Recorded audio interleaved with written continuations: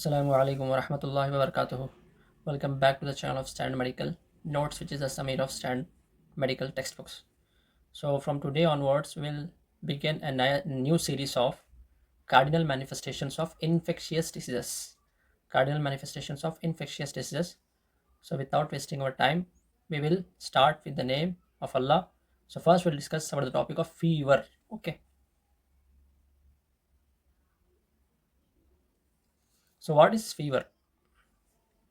Fever Fever is an elevated core body temperature due to raised hypothalamic set point in response to pyrogens. Pyrogens means those substances which increase the temperature. Usually these pyrogens are from infection.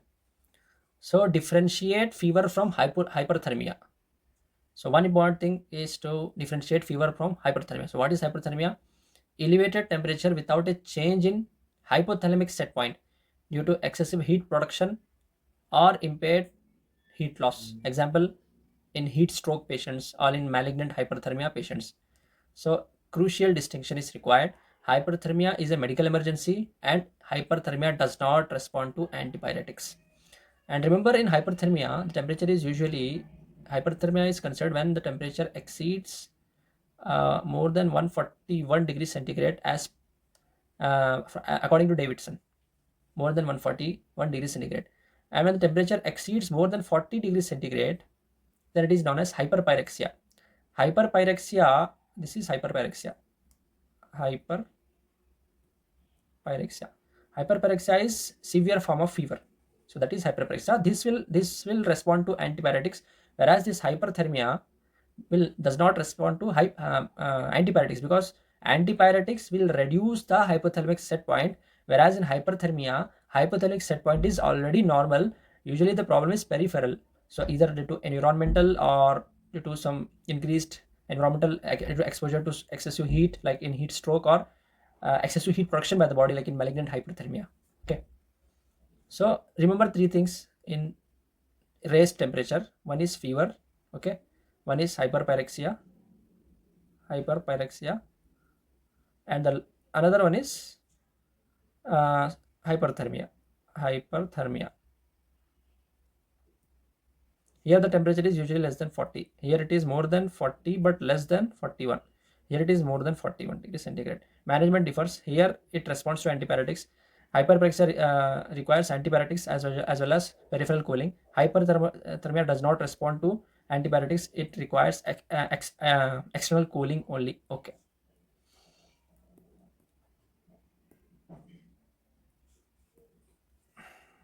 Sorry. Okay. So what are the diagnostic when you say a patient to have fever? So you can measure the temperature either oral. Okay, you can measure either oral or rectal or in the tympanic cavity. Placing the thermometer in the tympanic cavity, or on the skin also you can record. Okay, skin, tympanic cavity, oral and rectal. These are the four things where you measure the temperature. Axillary, one more thing is axillary. You keep the thermometer in the axilla and you measure the temperature. But the usually used, the most accurate, which correlates with the core body temperature, is nothing but the rectal one, and the most accurate is the rectal one, which correlates very closely to the core body temperature. Oral is slightly less than that, and skin also less than that. Tympanic cavity is closer to rectal but less than oral. Okay, just remember we measure oral temperature, usually rectal temperature, and nowadays infrared thermometers are available which measure the skin temperature. Okay, so there the depending upon the site of measurement, the value will vary of temperature. Okay, so diagnostic threshold, when you say it as fever. So oral temperature, remember there is diurnal variation in temperature. That's why oral temperature of more than 37.2 degrees centigrade in early morning, say in AM, or more than or equal to 37.8 degrees centigrade at any time, say in PM. Okay, or more than the patient's known normal temperature. So just remember, morning AM temperature should be more than 37.2 to say it as fever, and PM temperature should be more than 37.8, equal to more than 37.8. Okay. Rectal temperature is usually more than 0.6 degrees Celsius higher than oral. And if you convert this into uh, Fahrenheit, so random temperature, if you measure random temperature in Fahrenheit, it should be more than 99.9 degree Fahrenheit. Okay. Now, one thing is, to say a person is having fever, there should be a appropriate documentation. Okay. True fever requires measurement. Patient reports feeling feverish is unreliable. So most of the patients feel they are having temperature, but if you document, there will be no temperature. Usually these patients will be psychiatric patients, or yeah, in my practice, because of anxiety or depressive disorders, they will have these somatosensory symptoms. Okay, so feeling of having fever is not equivalent to having fever. You should document the temperature. So that is, first, documentation is important. If there is no fever on documentation, maybe the patient have taken the antibiotics, or maybe the patient may not be having that fever. Okay, so that's important. So one point to say, because nowadays infrared thermometers are widely used.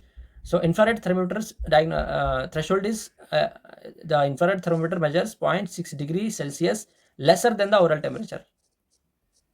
0.6 degrees Celsius lesser than the temperature. So if you are measuring infrared thermometer, so early morning temperature should be more than, early morning temperature should be more than 36.8 degrees centigrade, say AM. I am talking in terms of infrared thermometer.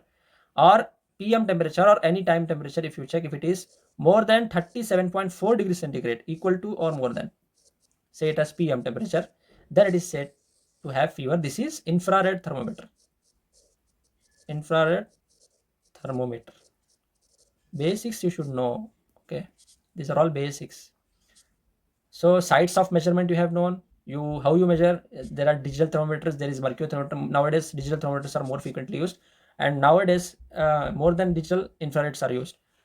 So that's how the values will vary depending on the site of measurement and the instrument you are using to measure.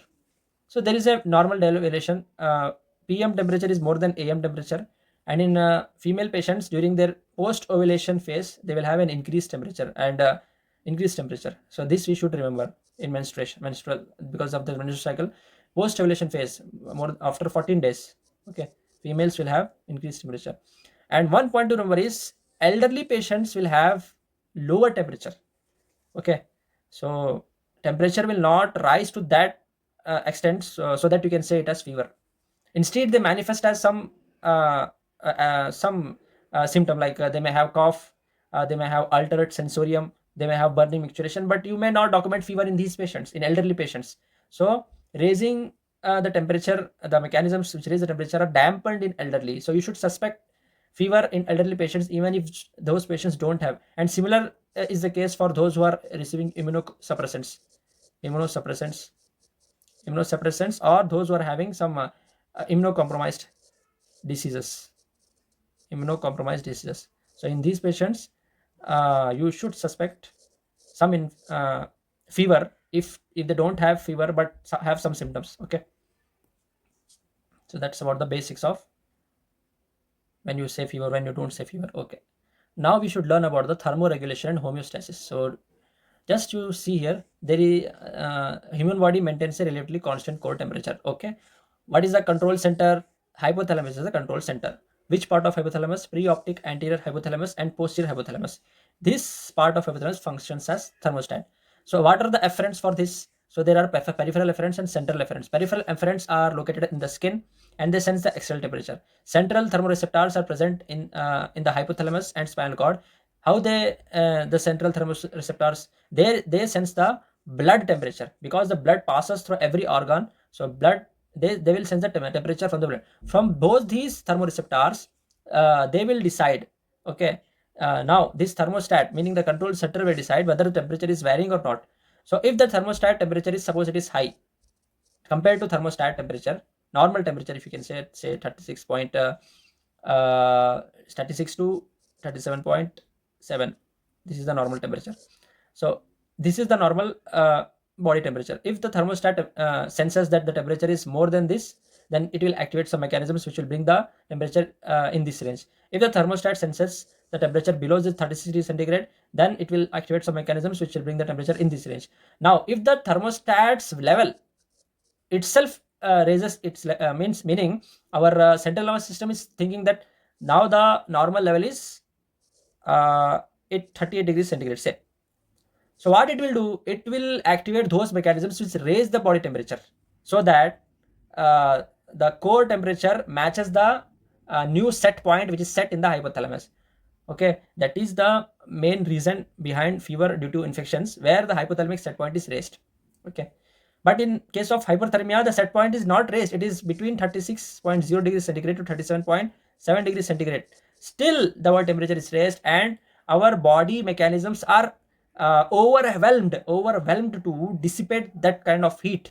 So that is a state where there is hyperthermia. So body requires external cooling, otherwise patient may die. So all the enzymes of our body, all the cellular mechanisms work at a temperature. So if the temperature is raised, metabolic rate is raised, and the proteins get denatured, enzymes will stop working, patient will die. So it is an emergency condition, hyperthermia I'm talking about. Okay, so this is the mechanism. So this is a central thermostat which is hypothalamus, which maintains a range of temperature. Between that temperature, that is normal, and these are the afferents for that. Now what are the mechanisms? Mechanisms of heat production are heat production is generated by metabolic processes, nothing but oxidative phosphorylation, which takes place in mitochondria of all the cells of the body. So because this will generate heat. Okay, now how that body react to that heat? So heat dissipated mechanisms. Okay, dissipation mechanism. So when our hypothalamus feels that it is hot compared to the set point, so it will activate vasodilation, that will cause uh, uh, uh, the skin to cause vasodilation. Okay, so that causes radiative cooling, and along with that there will be sweating. Sweating will cause evaporative cooling. When the hypothalamus will see that our body is cold, then body will react as vasoconstriction, that will conserve the core heat. So vasoconstriction, what it will do, it will divert the blood from the skin. So skin will be divert the blood from the skin to the other parts of the body, and body will react with shivering. So it is associated with contractions of the skeletal muscles. So again that will generate the heat. It increases the metabolic heat production. That's how our body reacts. Okay, so this is the whole mechanism. We will learn it in a diagram easily. Okay, circadian rhythm of temperature. So the temperature is usually lower in the early morning, say 6 a.m., and it is highest in the late afternoon, say early evening at 4 to 6 p.m. So how much variation is there? That is 0.6 degrees Celsius or 1 degree Fahrenheit. Okay, so what is the definition of fever then? Morning temperature more than morning temperature more than 37.2 degrees centigrade, nothing but more than 99 degree Fahrenheit, say it as AM temperature, and evening temperature more than 37.7 degrees Celsius, say it as 99.9 degree Fahrenheit, say it as PM temperature, then that is considered as fever. So what is the clinical importance of this diurnal variation? So absence of fever in the morning does not exclude infection, because some diseases like tuberculosis, malaria often show evening spikes. Okay, tuberculosis patients and malaria patients, they will have nighttime fever. That we should remember. Okay. So this is the normal thermoregulation and homeostasis.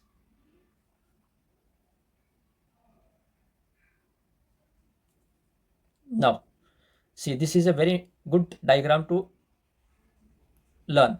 So this is the hypothalamus. This is our hypothalamus, which acts as a thermostat. It will maintain a stable temperature between 36 to 37.6 degrees Celsius.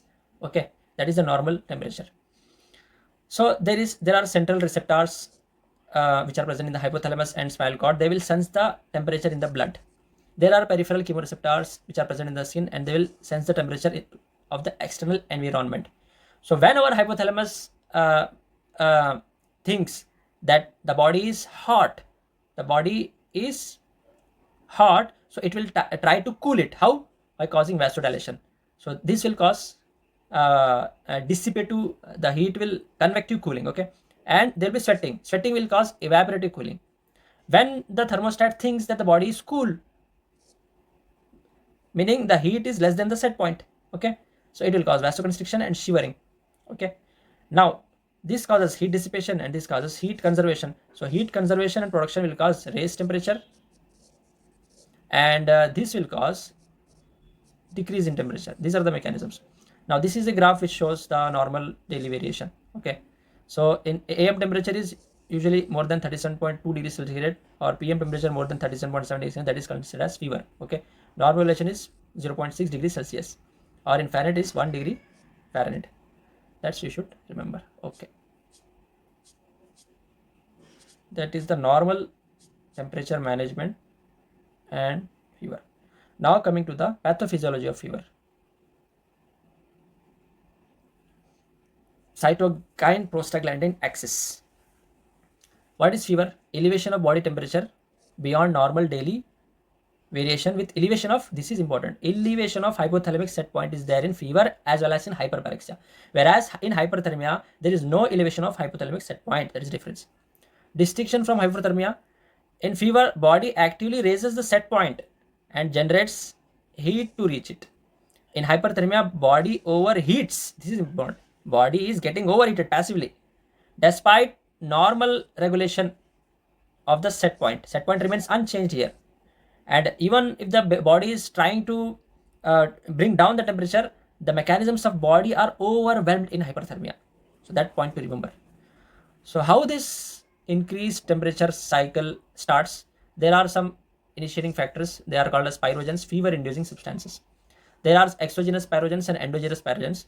Exogenous pyrogens are usually derived from the host. Okay, they are mainly lipopolysaccharide, nothing but in gram-negative bacteria, it is bacterial endotoxin. Okay, potent and effective at 2 to 3 nanogram. Just remember lipopolysaccharide of gram-negative bacteria, which is nothing but the endotoxin of gram-negative bacteria, and super antigens of gram-positive bacteria, like the super antigen of Staphylococcus aureus and group A Streptococcus enterotoxins. So these are nothing but pyrogens, are nothing but toxins. How that act directly by stimulating host immune system to release endogenous mediators, nothing but endogenous pyrogens. So now these exogenous pyrogens will cause the release of endogenous pyrogens, nothing but cytokines. So these are released by immunocells, which are those monocytes, macrophages, and endothelial cells of blood vessels. So there are some receptors known as toll-like receptors, TLR, toll-like receptor 4, which will sense this lipopolysaccharide. So if this is the bacteria, so this LPS is sensed by, this is the macrophage.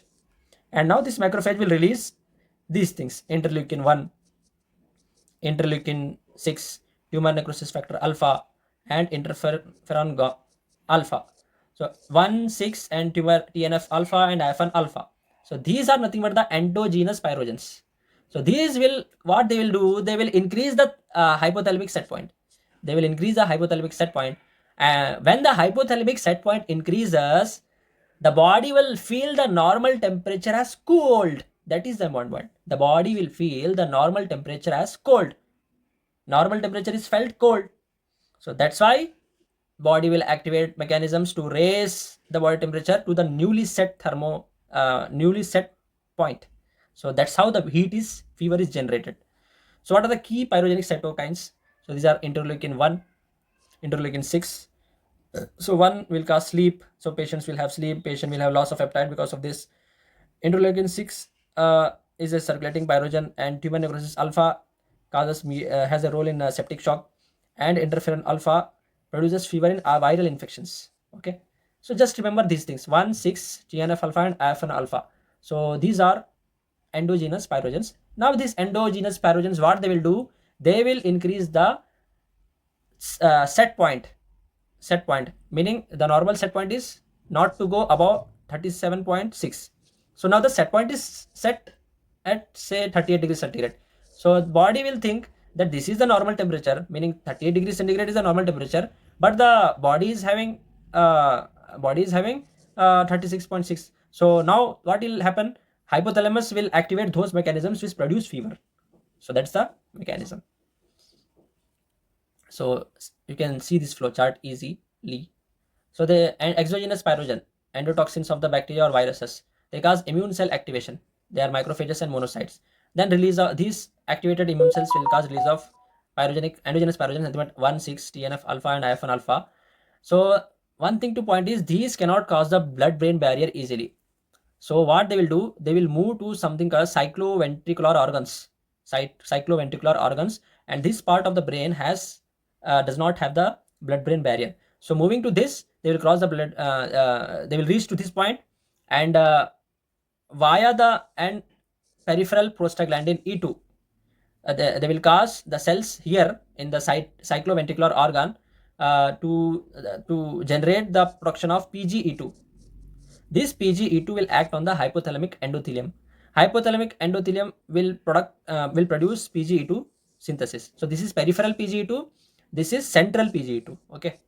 So peripheral PGE2 or these endogenous pyrogens, they will act at the cycloventricular organs, CVOS. Okay. That CVOS will cause the hypothalamic endothelium to secrete PGE2. PGE2 will cause production of cyclic AMP. Cyclic AMP will raise the hypothalamic set point. Okay. Now the body will think that the temperature of meaning our brain thinks that the temperature of the body is low. So it will activate the mechanisms which raise the temperature, heat conservation. There will be vasoconstriction, there will be shivering, behavioral changes, meaning the patient will take some clothing, some blankets, so that the heat is conserved, and the final result will be the core temperature of the body will raise to the new set point. Okay. And when you take for example antibiotics like paracetamol, or if the bacteria is eliminated, then again the set point comes to the normal range of 36.0 centigrade to 37.6 degrees centigrade, this in the normal range.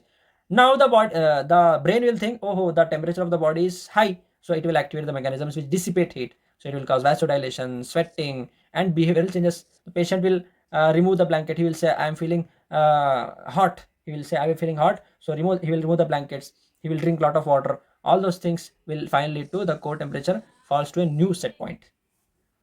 Okay. So that's about the mechanism of fever. Without knowing basics, we can't proceed forwards. Now you should know the physiological phases of fever. Okay. Physiological phases of fever. Remember, there are 3 phases of fever. So when the body raises and the temperature will raise like this and it will come like this. So there are 3 phases. So this is phase 1, this is phase 2, this is phase 3. Okay, temperature is raised, then it will come down like this. So now let us learn those phases here. The phase 1 is the chill phase. Chill phase is patient will feel that he's feeling cold. He will shiver. Okay, he will shiver. So he will sense cold. That is nothing but chill. Remember to differentiate between chill and rigors. Rigors are nothing but violent contractions of the skeletal muscles, which is seen when the body tries to rapidly raise the temperature, commonly seen in cerebral hemorrhages and severe sepsis. Severe sepsis. Okay. Chills are a normal response. Chills, but rigors are not. Rigors indicate there is bacteremia, there is ongoing sepsis in the patient, or there can be cerebral hemorrhage. So the patient will feel chill. So body will try to conserve the heat. Why the patient is feeling chill? Because the hypothalamic set point is higher now. So that's why the patient will feel heat, and there will be heat conservation mechanisms will activate. So perceives the normal temperature as hypothermic. The brain perceives the normal temperature as hypothermic, and it will cause vasoconstriction by sympathetic nervous system. What it does, it shunts the blood to the core. It shunts the blood from the skin to the core. So it will that causes pale and cold extremities initially. Then there will be behavioral adaptation. So patient will seek warmth, and patient will add clothing over them. Okay. So these are the mechanisms to increase the temperature of the body, and patient will have shivering, thermogenesis, muscle contractions generate heat. Okay. Rigors will cause a rapid rise in temperature, as I said. Okay. Now the temperature is raised. That temperature is now it is maintained. So that is the plateau phase, maintenance phase. So elevated set point is reached now. For example, 39 degrees centigrade. Cold temperature reaches the new set point. The patient no longer feels cold. Shivering of the patient ceases. Patient has vasodilation now. Why is this vasodilation? So now the brain is trying to maintain that elevated set point. So for maintaining the elevated set point, so there is vasodilation may occur to maintain the level. But what are the detrimental effects of this? Detrimental effects of this is the body increases the metabolic rate. The metabolic rate of the body is increased. So for every 1 degree Celsius of increase in core body temperature, there is 10 to 12% increase in the metabolic rate of the body. So that is very much high.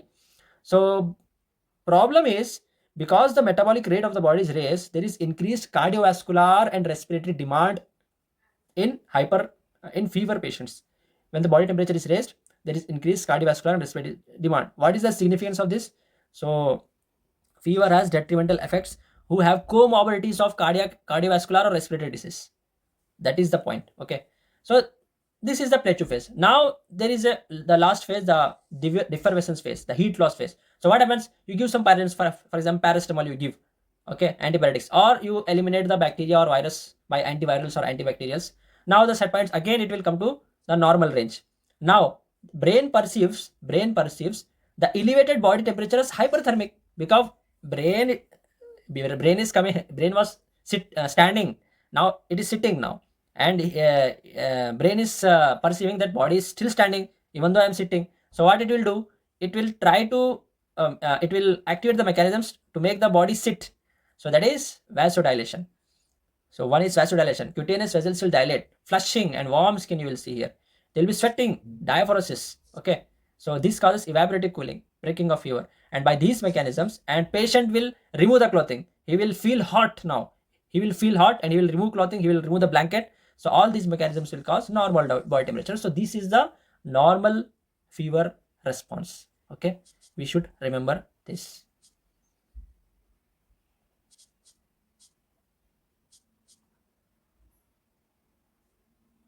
Okay, same thing is explained in this diagram.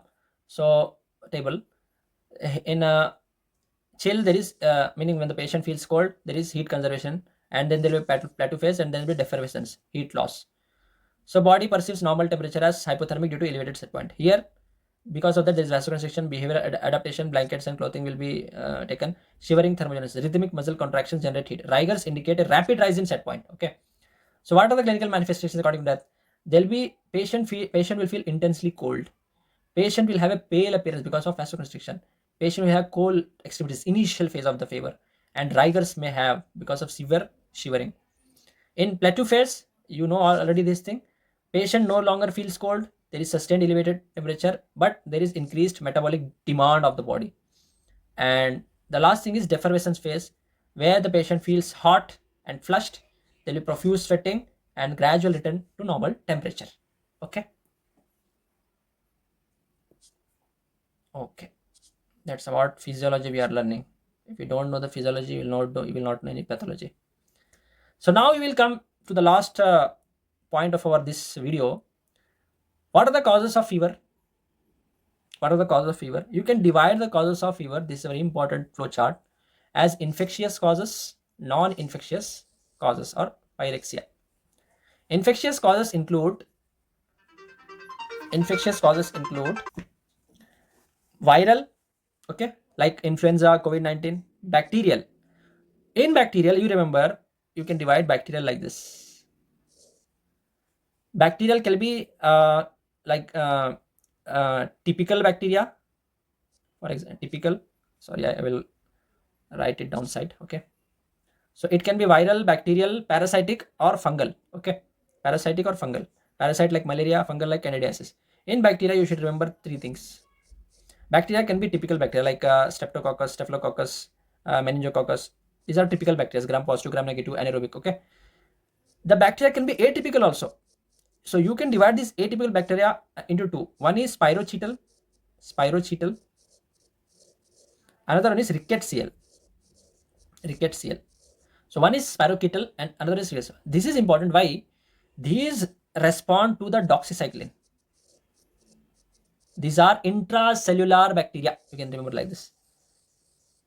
These are intracellular bacteria which will not respond to the antibiotics which break the cell wall of the bacteria. They don't have cell walls only. So atypical bacteria are those bacteria which don't have cell wall. So if you give antibiotics which act by breaking the cell wall, they will not respond. For example, cephalosporins, amoxicillin, amoxiclav, okay, meropenem, piperacillin tazobactam, colistin, all these will fail. All these will fail. So you need to give something which acts inside the cell. So these will not, these don't have the normal bacterial coating, but they will have RNA, DNA, all this synthesis, ribosomes, all those things are there. So what are the drugs which can act this? There are three drugs, three kind of drugs. You just remember which act upon this type of atypical bacteria. Number one is tetracycline. So they act on ribosomes. Okay. So important example is doxycycline. Number two is we can take it as macrolides. They act on ribosomes. Important example is azithromycin. Number three is uh, your fluoroquinolones. Fluoroquinolones. Examples are uh, levofloxacin, very important example. Okay, levofloxacin or ofloxacin or moxifloxacin also you can take. So these three group of antibiotics will act against these bacteria, and more the highest activity against this intracellular bacteria atypical not having the cell wall is from the doxycycline. Number two is macrolides. Number three is fluoroquinolones. Okay, so that's important to remember. So one is typical bacteria, one is atypical bacteria, one thing is tubercular bacteria. Tubercular bacteria include Mycobacterium tuberculosis. Mycobacterium tuberculosis. So this differentiation is important because the therapy varies according to this classification. Okay, so remember this bacteria into typical bacteria, atypical bacteria, and tubercular bacteria. Okay, then there'll be viral, parasite like malaria, and fungal. Okay, non-infectious causes include inflammation, autoimmune causes. Okay, example in patients with connective tissue disorders and vasculitis. Connective tissue disorders like SLE, rheumatoid arthritis, vasculitis like giant cell arthritis or vaginal granulomatosis. So all these are inflammatory autoimmune. These are non-infective, but patient will have fever in these conditions. Okay, and then next is malignancy like lymphoma, leukemia. These patients will also have fever, and that to nighttime fever they will have. Okay, and some drugs, any drug can cause fever, drug induced fever cause. So most commonly antibiotics and anticonvulsants, these patients can also have fever, drug induced fever you call it as. Then due to some reason any tissue injury or trauma like in surgery or burn patients, so again because there is cellular damage, the release of cytokines, the patient will have fever. So immediately after surgery, patients have fever, major surgery I'm talking about, patient will have fever. So this is the classification, very important. What this will do, they will release the pyrogen and they will increase the hypothalamic set point. That's how they'll produce fever. So differentiating the causes as infectious and non-infectious is very important because the management differs entirely in this. So one more time to revise is viral, it can be anything, influenza, COVID-19, measles, anything. Okay, bacterial you can classify as typical. Okay, atypical includes spirochetal like leptospirosis and rickettsia like scrub typhus or Rocky Mountain spotted fever, and tubercular like Mycobacterium tuberculosis.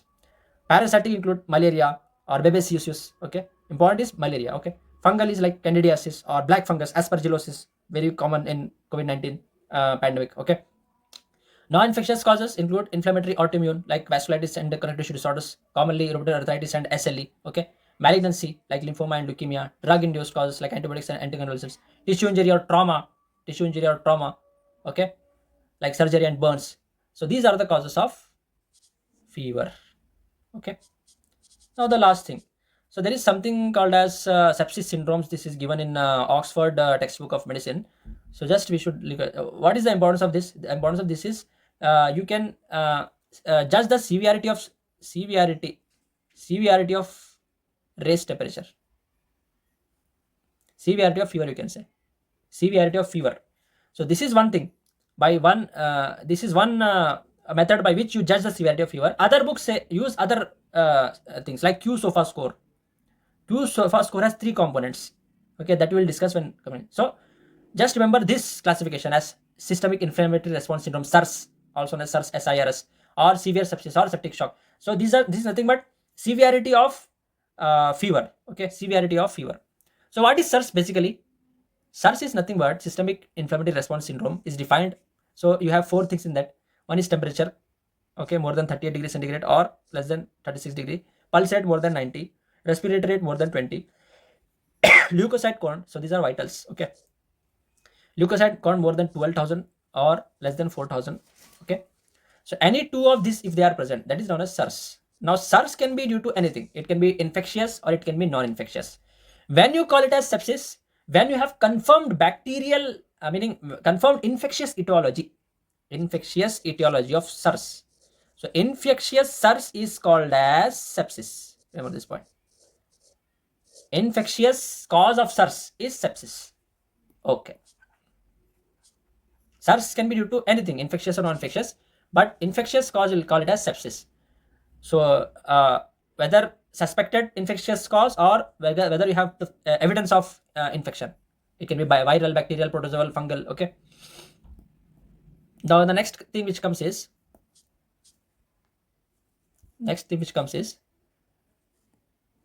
severe sepsis. So these are the stage. Consider this as stage 1, this stage 2, this stage 3. So this requires ICU, this requires admission, meaning inpatient care. This requires ICU, and this requires OPD care, inpatient care, and ICU care. So severe sepsis is nothing but sepsis along with one or more of the following: hypotension, so this requires CVS; confusion, this is CNS; oliguria, this is renal; hypoxia, this is RS, respiratory system; acidosis, again respiratory system, hypoxia, acidosis; disseminated intravascular coagulation, this is related to some hematologic blood. So if you have, this is nothing but failure of one organ system. Severe sepsis is sepsis with failure of one organ system, is but severe sepsis. So if you have hypotension, failure of cardiovascular system; if you have confusion, failure of central nervous system; oliguria, failure of kidney, AKI, patient may be going in AKI; hypoxia and acidosis, failure of respiratory system; disseminated intravascular coagulation, failure of hematological system. So among these 6, one thing if you have, that is severe sepsis. So that patient should be managed as inpatient department, the inpatient department, okay. Now what is septic shock? The last thing. Septic shock is nothing but severe sepsis with hypotension despite fluid resuscitation. So what you do in severe patient, there is hypotension, okay, there is hypotension. So what you give 2 pints of NS to raise the BP. Even after giving 2 pints of NS, patient is not responding, BP is not raising, BP is still SBP less than 90, or the mean arterial blood pressure is less than 65 mmHg. Then you call it as septic shock. Not just patient is presenting with fever and you give 1 pint of oral, 2 pint of oral, and the patient's BP will rise. That is not septic shock. Even after giving 2 pints of NS, if the BP doesn't rise, that means the patient requires inotropes or vasoconstrictors. So that is septic shock. That patient requires ICU care.